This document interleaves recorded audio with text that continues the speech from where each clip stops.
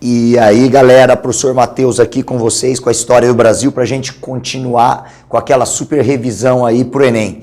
E hoje, qual é o assunto que nós vamos trabalhar? O período da República Populista, né? Só para a gente retomar com o período anterior, vocês lembram que nós falávamos de Era Vargas. E aí vimos que o período da Era Vargas é caracterizado principalmente, né, pela concentração de poderes nas mãos de Getúlio Vargas, que acabou derrubando, tirando do poder aquela oligarquia cafeeira, né? Mas isso aí não significou que ela tivesse enfraquecido. Ela continua e aí, quando vai passando o tempo, nós vamos ter aí a composição política, né, com vários elementos que agora seriam de setores urbanos e também de setores agrários. Porém, nesse momento, uma coisa é inquestionável. O que era inquestionável? O crescimento da população urbana e o fortalecimento dessa massa, principalmente, né, vinculada aos operários. E é dentro desse contexto, do crescimento desse segmento, que nós vamos ter esse período aqui, ó, que é o período da República Populista. Se a gente pensa no Enem, galera, uma das coisas mais importantes não é muito a gente ficar guardando assim naquele factual, né, a característica de cada um dos presidentes da República do período populista, né, que são 5 presidentes aí para a gente destacar. O importante, eu sempre digo, é ter o contexto desse período. Então, por que nós chamamos esse período de populista? Nós chamamos esse período de populista por conta do populismo. O populismo é um fenômeno político característico da América Latina nesse período. Qual vai ser o motivo do crescimento desse fenômeno? Vai ser exatamente o desenvolvimento industrial que ocorreu na América Latina, fazendo com que a massa urbana se torne uma massa importante de manipulação política. É dentro desse contexto que surgem os políticos populistas. Por quê? Porque eles vão manipular essa massa para se sustentar no poder, para poder conseguir aí os seus votos. Então o que a gente diz aqui para vocês se lembrarem? Que o populismo é um fenômeno, tá? Então um fenômeno de manipulação da massa trabalhadora, tá? Então, a grande massa urbana, tá? Que estava ganhando força nesse momento. Qual é outra característica que é legal que a gente se lembre desses políticos, que são os políticos populistas? Então, eles são membros da elite? Sim, normalmente tem uma origem elitista, com algumas exceções. Se a gente pegar o Jânio Quadros, não vai ser bem assim, mas tem uma origem na elite, ou são apoiados por essa elite aí. Agora, uma coisa indiscutível, todos eles são lideranças carismáticas. Então a gente pode colocar aqui, ó, são líderes carismáticos, tá? Isso daqui faz com que eles acabem conquistando a população, tá? Então eles conseguem manipular a massa, por quê? Porque são os caras simpáticos, têm um bom discurso, e nesse momento a galera, ela não está acostumada com propostas como nós. Nós estamos assim meio escaldados, né, de propostas, e ouvimos e tal, falam, meu Deus, em quem confiar? Aqui não. Eles acreditavam ainda nesse discurso político. Então essas lideranças carismáticas, elas tinham um bom discurso. E aí, algo que também é muito interessante, dentro desse discurso aqui, eles, né, prometiam defender os interesses da população e prometendo realizar concessões. Então aqui, ó, eles faziam concessões populares. Eu vou dar um exemplo de concessão popular que vocês não se esquecem. O Getúlio Vargas, durante o governo dele, o primeiro governo dele, né, mesmo na época da ditadura do Estado Novo, ele fazia concessões populares. A principal foi a criação das leis trabalhistas, né? Então as leis trabalhistas fazem parte das concessões populares feitas por Getúlio Vargas. Então isso aqui é legal que vocês se lembrem. Agora, concessão, tá, popular, não, concessão para a população, é diferente daquilo que às vezes acontece hoje no nosso populismo. Então o populismo atual acaba tendo uma característica diferente. Qual vai ser essa característica do populismo atual? É você praticar assistencialismo. São coisas diferentes. Eles não são assistencialistas. Eles fazem concessões. Lei trabalhista é um assistencialismo? Não é um direito? Uma necessidade? Ok? Então é dentro desse contexto que você tem que lembrar. Ok? Então olha só. eles fazem concessões populares e também, apesar deles fazerem aqui a abertura econômica, permitir a entrada de capital estrangeiro, como foi o caso de JK, eles tinham um discurso que era um discurso populista, ou seja, manipular a massa. Era um discurso anti-imperialista. Então aqui, ó, um discurso anti-imperialista. Isso aqui é legal que vocês se lembrem. Então, quando a gente fala de república populista, nós estamos falando de populismo. Populismo esse que foi um fenômeno que ocorreu na América Latina. Não foi um fenômeno exclusivo aqui no Brasil. Se eu fosse só citar aqui para vocês alguns exemplos, nós podemos falar de Lázaro Cárdenas no México, nós podemos falar de Juan Domingos Perón e sua querida Evita Perón na Argentina. Beleza? Então, isso aqui é o populismo. Agora vamos ver rapidão aqui comigo quais são os presidentes desse período populista para a gente relembrar, né? Então o que foi que eles fizeram? Então vamos ver os 5 presidentes aqui e as principais características. O primeiro então é o general Eurico Gaspar Dutra. Então o primeiro presidente da República Populista é Dutra. Então governo de Dutra. Bom, Dutra não costuma aparecer muito assim nas provas, né? Não é aquele destaque em provas de vestibulares de uma maneira geral, até mesmo no Enem. Mas não custa nada a gente lembrar aqui o que aconteceu no governo de Dutra. Se eu fosse dar um destaque interessante, se você prestar atenção no ano de 1946, você vai lembrar um ano pós fim da Segunda Guerra Mundial. O mundo havia entrado num outro momento, né? Então, a partir da Segunda Guerra Mundial, ocorre a bipolarização, né, política, né, e ideológica. De um lado estavam os capitalistas liderados pelos Estados Unidos, do outro lado estava a União Soviética liderando o bloco dos comunistas. Né? E aí então nós tínhamos que tomar uma posição. Então uma coisa interessante para a gente se lembrar aqui do ponto de vista, né, de política externa, tá, em termos de política externa, vai ser o nosso alinhamento junto aos Estados Unidos na Guerra Fria, tá? Então, nós vamos aqui, ó, apoiar os Estados Unidos na Guerra Fria. Então, apoio aos Estados Unidos na Guerra Fria. Em consequência disso aqui, nós vamos romper relações com os países comunistas, nós vamos também considerar o Partido Comunista aqui dentro do Brasil uma instituição, né, ilegal. Então, ela passa a ser cassada, e assim como os políticos do Partido Comunista acabaram tendo seus mandatos cassados. Então, tem essa consequência. Podemos falar numa caça às bruxas aqui no Brasil, Matheus? Podemos falar de uma caça às bruxas, beleza? Outra coisa aqui, ó, seria em termos de economia, né? Pode ser que apareça alguma coisa falando da economia.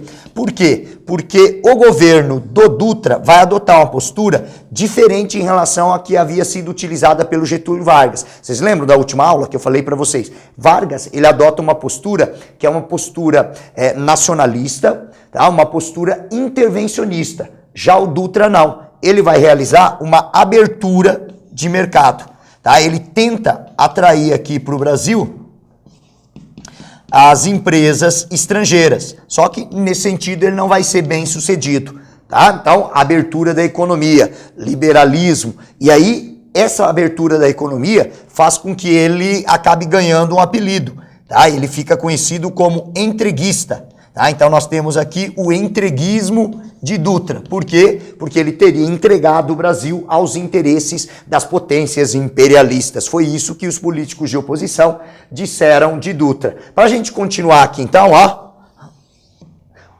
em economia, nós temos também o Plano SALT. Né? Então, uma tentativa de promover a industrialização do Brasil, investindo em alguns setores que eram setores considerados pelo Dutra estratégicos. A grande questão é que não funcionou, né? Por falta de recursos, ele não conseguiu fazer esses investimentos. Então, quais seriam os setores? Saúde, alimentação, transporte e energia. Então, esses setores deveriam ter recebido investimentos, mas os recursos escassos não permitiu que ele pudesse fazer os investimentos em infraestrutura, ok? Se fôssemos dar um destaque, dentre esses setores, o setor de transporte é o que mais recebeu investimentos, ok? Então, do governo do Dutra, esses seriam os pontos mais importantes para a gente estar lembrando aí, beleza? Bom, agora, qual vai ser o próximo presidente? Vem comigo aqui, ó. Qual vai ser o próximo presidente? O retorno do pai dos pobres. Então, o pai dos pobres vai acabar voltando. Quem é o pai dos pobres? Ah, Matheus, eu me lembro, é o danado do Getúlio Vargas. Então, aqui nós temos o segundo governo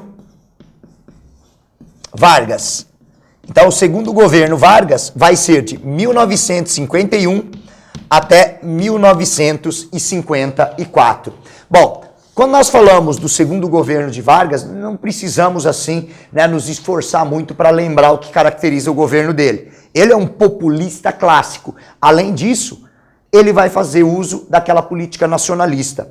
O mesmo esquema que ele adota lá atrás no seu primeiro governo, que vai ser o nacionalismo, intervencionismo, tá? Investimento em estatais, ele faz aqui no seu segundo governo. Então nós podemos dizer aqui, ó, então nós temos o retorno, tá? Então no segundo governo nós temos o retorno de certas práticas que eram utilizadas no seu primeiro governo. Então vamos elencar aqui, ó, retorno do quê? Primeiro, do nacional desenvolvimentismo, ou seja, do nacionalismo, do intervencionismo. Se o Dutra realiza abertura de mercado, ele vai adotar uma postura intervencionista. Então, o intervencionismo de Getúlio Vargas, tá, na economia. E isso já vai começar a desagradar. Dentro desse contexto, ele vai investir em indústria de base.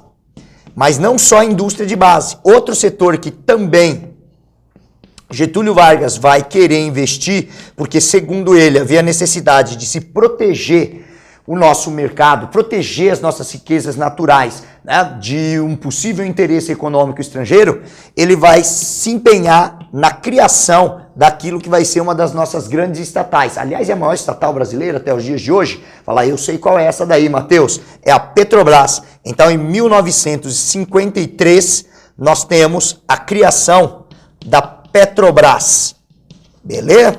Então a Petrobras é uma criação do segundo governo de Getúlio Vargas. Mas olha só, a criação da Petrobras, ela não foi assim tão fácil. Getúlio Vargas só conseguiu, né, criar a Petrobras, que é uma empresa que monopolizava a exploração de petróleo aqui no Brasil, graças ao apoio dos trabalhadores, que tinham uma lembrança muito carinhosa do primeiro governo dele, tá? Então aqui dentro desse contexto, ele conseguiu a criação da Petrobras com a campanha, né, que foi articulada, né, por ele próprio, obviamente contou com a participação dos sindicatos, que é uma campanha que ficou conhecida como campanha do petróleo é nosso, tá? Então uma campanha nacionalista, olha aí, ó, tá? Olha o discurso nacionalista de Getúlio Vargas aqui, retornando no seu segundo governo, beleza? Vem comigo então, vamos terminar aqui o governo de Vargas. Bem, essa política de Getúlio Vargas é uma política que não vai agradar. Então nós podemos dizer assim, ó, que o nacionalismo de Vargas, nesse momento, prejudica os interesses da elite, prejudica os interesses também estrangeiros, né? Então das potências estrangeiras que vendiam suas mercadorias aqui no Brasil, passaram a ver o Getúlio Vargas como uma ameaça, como um inimigo. Diante desse quadro aqui, o nacionalismo de Vargas passa a ser contestado. E aí, então, o que nós vamos ter? Diante desse quadro de nacionalismo, nós temos uma oposição da elite. E a elite era representada aqui por um partido político que costuma aparecer nas provas. É a União Democrática Nacional, ou simplesmente UDN. Tá certo? Então, essa oposição da UDN, essa oposição da elite apoiada pelas potências estrangeiras, faz com que o Getúlio Vargas, ele seja acusado, olha que louco, gente, ele vai ser acusado de comunismo. Nossa, o cara era fascista lá atrás, Matheus. Pois é, de fascista ele foi acusado de comunista. Então, ele passa a ser acusado de comunista, de querer organizar aqui no Brasil uma república sindicalista. Por esse motivo, então, né, Getúlio Vargas, ele sofre uma pressão muito grande. Ocorre um caso famoso né, que é o caso em que um dos maiores críticos de Vargas, que era Carlos Lacerda, sofreu uma tentativa de assassinato. Eles tentaram matar o Carlos Lacerda. Quem fez isso? Pessoas ligadas a Getúlio Vargas, né, porque o Lacerda havia descoberto um esquema de corrupção e iria dizer quem eram os responsáveis por esse esquema. Vargas, na verdade, né, ele não foi o responsável por pedir o assassinato do Lacerda. Mas até que ele provasse que focinho de porco não era tomada, como a gente costuma dizer, tá, as acusações recaíram sobre ele. Tá, e isso ajudou ele a perder a popularidade. Tá? Aproveitando-se dessa situação, o que a elite ela vai fazer? A elite, apoiando-se no exército e buscando também o apoio dos Estados Unidos, pede a renúncia de Getúlio Vargas. Então, sob essa acusação de comunista, o que eles querem? Eles querem a renúncia de Vargas. É isso que eles exigem. Getúlio Vargas começa a ficar isolado. Ele perde o apoio da elite, ele não tem o apoio da população, né, por conta daquele caso que eu falei para vocês que foi uma tentativa de se assassinar o principal crítico de Vargas, que era Carlos Lacerda. Ele é pedido então a ele a renúncia. Vargas se recusa a renunciar. Para a gente não contar muita historinha aqui, Vargas se recusa a renunciar e você sabe por que eu não preciso contar a historinha. O que o Vargas opta em fazer? Em deixar, né, a vida para entrar na história. Não é assim que diz o danado do Vargas? Pois é. Então aqui, ó, Getúlio Vargas opta em agosto de 1954 pelo suicídio. Tá? Então nós vamos ter o suicídio de Getúlio Vargas, que gerou uma grande comoção.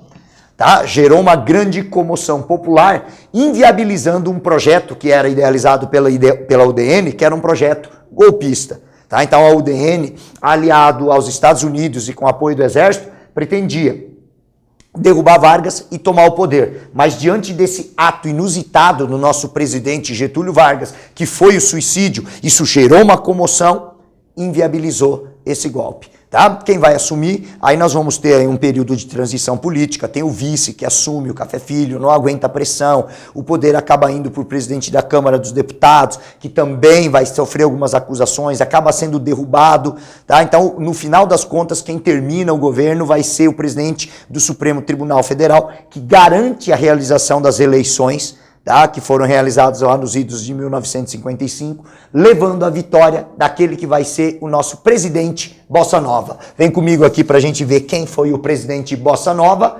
Vai ser o grande Juscelino Kubitschek, ou carinhosamente chamado de JK. Então nós vamos ter aqui, ó, o governo de JK. JK que venceu as eleições, assumiu em 1956 e vai permanecer até 1961. O que caracteriza o governo de JK, Matheus? Cara, o governo de JK, ele vai ser caracterizado por um discurso modernizador, tá? Um discurso bastante progressista. Essa era a marca de JK. Então vai ser o período em que, de fato, isso é inquestionável. Vamos ter um grande desenvolvimento econômico, o Brasil vai se modernizar, nós vamos conseguir investir em indústria do setor de bens de consumo duráveis, tá? Então aqui vamos ver aqui, ó. Vamos organizar essas ideias aí para vocês. Então o JK, ele começa a sua trajetória com um discurso durante a campanha, o famoso discurso, 50 anos de desenvolvimento no Brasil em apenas 5 anos de governo. Tá? Esse foi o slogan da campanha de JK. E JK venceu as eleições e aí então ele vai adotar um plano que é um plano bastante arrojado. Tá? Então esse plano idealizado por JK nós chamamos de quê? Plano de metas. Então, por que plano de metas? Porque JK estabeleceu algumas metas que deveriam ser atingidas até o final do seu governo. Tá? Então, metas essas que eram realizar investimentos em vários segmentos para atrair e promover o desenvolvimento industrial aqui no Brasil. Quais seriam esses setores aí em que JK investiu? E houve investimento, Matheus? Houve. Olha só. Ele abriu as principais rodovias federais aqui do nosso país. Então, houve investimento pesado no setor de transporte, interligando as mais diversas regiões. Segundo, ele vai investir também no setor de indústria pesada. O que é indústria pesada, Matheus? Indústria pesada é o setor para produção de peças, tá? Produção de máquinas, tá? Então é o que dá suporte à indústria de bens de consumo duráveis também, tá certo? Então, indústria pesada. Outro segmento que vai receber investimento, o setor de energia, tá? E aí vem o discurso, que é o discurso clássico de todo político, já que nós estamos falando de populismo, manipulação da massa. Aí nós temos aí também o investimento em... teve investimento, Matheus? Muito pouco. Em alimentação, né? Então esse é um setor que recebeu muito pouco investimento. E o setor de educação. Então era tudo discurso. Sim, isso é verdadeira manipulação da massa através de um discurso muito bem organizado. Então, aqui ele elabora esse plano de metas. E aí, dentro desse contexto do plano de metas, ele consegue promover o desenvolvimento? Consegue promover o desenvolvimento. Então, aqui nós podemos dizer, ocorreu a modernização do Brasil. Tá? Então, aqui ó, nós temos a modernização de nosso país. Tá? Ele vai conseguir atrair aqui, ó, indústrias que são indústrias, né, do setor de bens de consumo. Então, ó, indústrias de bens de consumo duráveis. E eu acho que todo mundo se lembra qual é a grande empresa que vai se instalar aqui no Brasil por conta desses investimentos feitos por JK. Ele vai começar aqui, então, nesse período, né, a produzir, essa empresa, a produzir o primeiro carro, né, nacional. Na verdade, não é nacional, mas eu digo assim, montado aqui no Brasil em grande escala. Sabe qual é? O bom e inigualável Fusca, não é isso? Então, a Volkswagen, ela vai se instalar aqui no Brasil. Tá? Então, a Volkswagen, ela vai produzir aqui o bom e velho Fusca. Vai ser o grande símbolo dessa modernização e desse setor de indústria de bens de consumo. Mas, Matheus, não foi só o setor automobilístico que se destaca, não. Nós também tivemos a instalação de outras empresas aqui também nesse período. Para eu finalizar a brincadeira com vocês, né, então nós temos aquilo que foi considerado por JK a meta síntese de seu governo. Qual vai ser a meta síntese? A meta síntese de seu governo vai ser a construção de Brasília, tá? Quando ele pretendia levar essa modernização também para o interior do Brasil, tá? Então, o deslocamento da nossa capital para o interior tinha esse objetivo. E aí ele disse, se ele tivesse conseguido realizar esse feito, seu governo teria sido um sucesso. E aí o que aconteceu? 1960, ele funda Brasília, ok? Então, esses são alguns pontos importantes aí para você lembrar do governo de JK. Então, foi um período de grande euforia, não à toa, esse período aqui é conhecido como período dos Anos Dourados, beleza? Muito bem, então quem sucede o JK? Vamos aqui, ó, vem comigo. Quem vai suceder o JK? Aquele que eu considero um dos presidentes mais polêmicos aqui do Brasil, tá? Populista, polêmico, falastrão. Nossa, quem é essa criatura, Matheus? Essa criatura é Jânio da Silva Quadros. Então vamos lá. Então nós temos o governo de Jânio Quadros. Jânio Quadros, ele vai vencer as eleições em 1961. E quanto tempo ele vai governar, Matheus? Ele vai governar 7 meses. Tá? Então o governo de Jânio Quadros é aquele governo de 7 meses. Tá? Muito louco o Jânio Quadros. Tá? Falava pra caramba, né? Criticava. Né? Então um governo marcado, né, por uma série de polêmicas. Então o que nós podemos dizer aqui do governo de Jânio Quadros? Jânio Quadros foi um governo marcado por polêmicas. Então cite aí algumas polêmicas que marcam o governo de Jânio Quadros que venceu essas eleições. Então aqui, ó, nós estávamos vivendo Guerra Fria. Sabe o que ele vai fazer? Ele vai, então, dizer que nós deveríamos romper com os Estados Unidos. Na verdade, não é romper, manter uma neutralidade na Guerra Fria. Então, vai reatar com os países comunistas. Ele vai reatar com países comunistas. Ele vai condecorar lideranças comunistas. Em plena Guerra Fria, vivendo o pleno, né, auge, né, da crise da Guerra Fria. Foi o período mais crítico de todos, que foi a crise dos mísseis em Cuba, lá em 1961, 1962. ele vai condecorar Fidel Castro e Che Guevara. Gente, acho que tem cabimento? O cara era muito polêmico, muito provocador, tá? Então ele vai condecorar Fidel Castro e Che Guevara, sem falar das medidas de caráter moralista, onde ele proibiu as meninas de usarem biquíni na praia, tá? Como Mateus proibiu as meninas de usarem biquíni na praia, proibiu briga de galo, tá? Corrida de cavalos durante a semana, venda de lança-perfume e sem falar de uma outra infinidade de medidas que ele conseguiu tomar em 7 meses. Mateus tem certeza que ele governou só 7 meses? Pois é, fez coisa pra caramba. E quando ninguém imaginava que mais nada pudesse ser feito, o que ele vai fazer? Ele vai renunciar. Então, ele vai renunciar à presidência após 7 meses.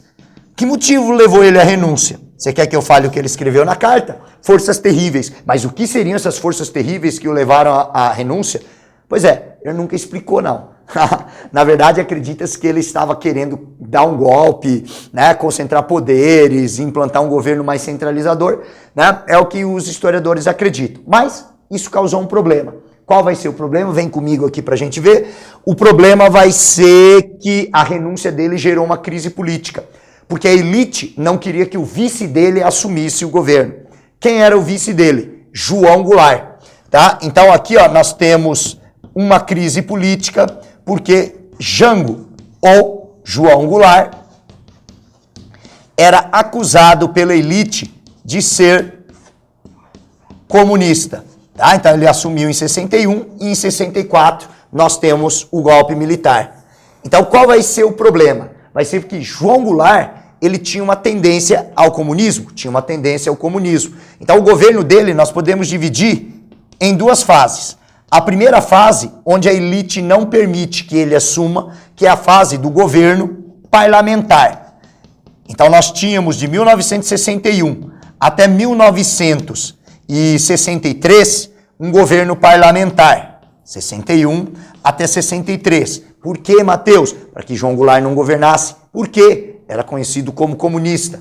E aí em 1963 nós temos a realização do plebiscito. Nesse plebiscito de 1963, houve o retorno do quê? Houve o retorno do presidencialismo puro. E aí, João Goulart pôde governar de verdade. E aí, então, nós podemos colocar aqui, ó, na segunda fase, nós temos o governo presidencial. E nessa fase do governo presidencial dele, que vai de 1963 até 64, ele vai radicalizar um pouco nas suas ideias. E por que ele acaba radicalizando? Porque nesse governo presidencial, ele vai realizar o chamado Programa de Reforma de Base.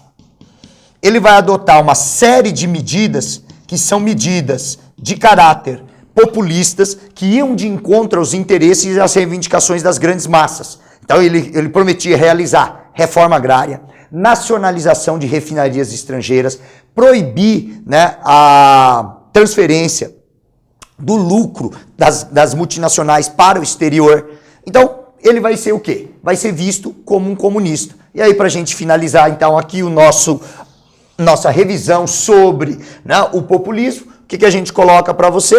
Tá? Então, esse programa de reforma de base vai fazer com que ele seja acusado de comunista. Então, essas propostas dele faz com que ele seja acusado de comunista, levando, então, àquilo que nós chamamos de golpe de 1964.